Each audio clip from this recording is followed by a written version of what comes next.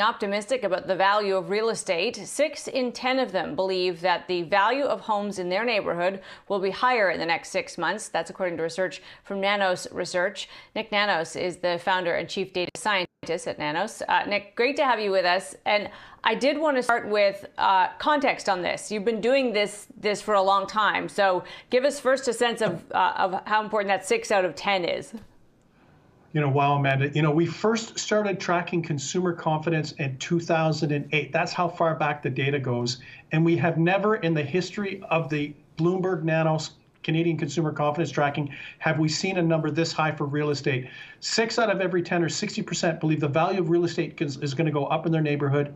Only 7% or 1 out of every 20 or thereabouts think that real estate is going to decrease. It speaks to perceptions about the value of real estate being hot and very, very bullish at this particular point in time. It's a rocket that people are riding right now.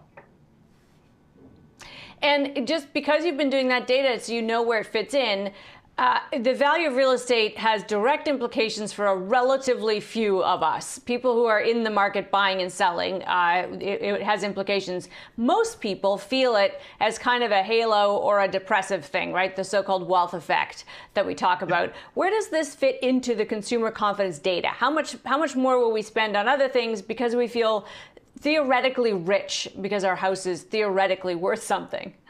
Exactly, Amanda. The thing is that for most Canadians, their home is their major investment. When they see that the value or believe that the value of homes in their neighborhood go up, they feel good.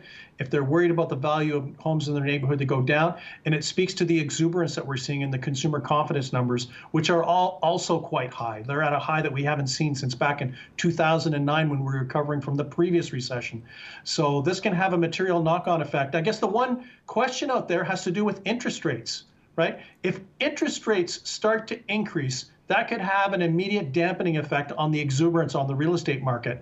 And people also are very tuned into interest rates because that affects not just the cost of borrowing, but also the cost of credit cards. And if they're looking for a house, the implications on the cost to acquire a new home. So in terms of where that leaves the Bank of Canada, for instance, which we know is already sort of mindful, lots of people are mindful of where the housing market is and how much speculation is in it. Do you think this is something that they should take note of? These can be self-fulfilling numbers, Nik, right? If you think the market's going up, it does change people's behavior around buying and selling. Well, it basically creates what I'll say a frenzy in terms of the marketplace itself, which is not good.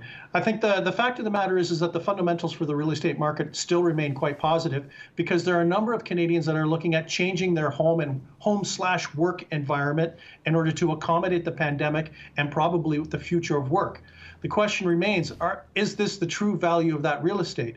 And this speaks to the importance of inflation and also potential rise in interest rates. So I'm sure the Bank of Canada is happy to see a solid, stable, and kind of healthy real estate market, but this could be a bit of an amber light in terms of it might being potentially overheated, and it might have negative implications for those Canadians who are in the market that might not be in the market at the right time later on.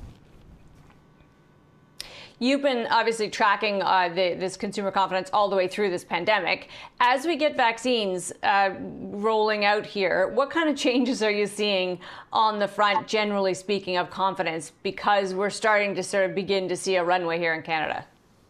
Well, we've seen a whopping 14-point rise in the proportion of Canadians that think the economy will get stronger in the next 6 months. It's up to 41%.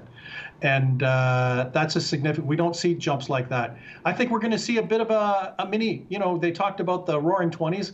Well, it won't be like that, but we will see a mini boom as a greater number of Canadians get vaccinated. The economy looks to potentially get normalized. The weather gets nicer so people can do more stuff and they start to spend money that they've been saving or using the money that they've been helping to fix their balance sheets. So I think we'll probably see a little bit of a short-term mini boom, but how long that lasts is still yet to be determined. But I think there's some pent-up spending that's there, and there's definitely a lot of confidence when it comes to consumers right now in Canada.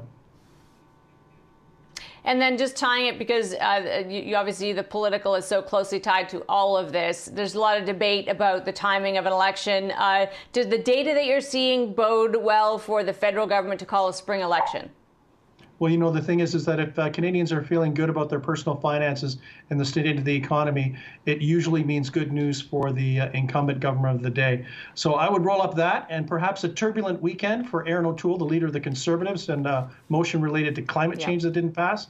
Roll those two things up, and I think if you're a Liberal, you're probably looking at the numbers and thinking, this wouldn't be a bad time to have an election. But will we have an election? That also requires the cooperation of the opposition parties, and who knows whether they'll cooperate or not.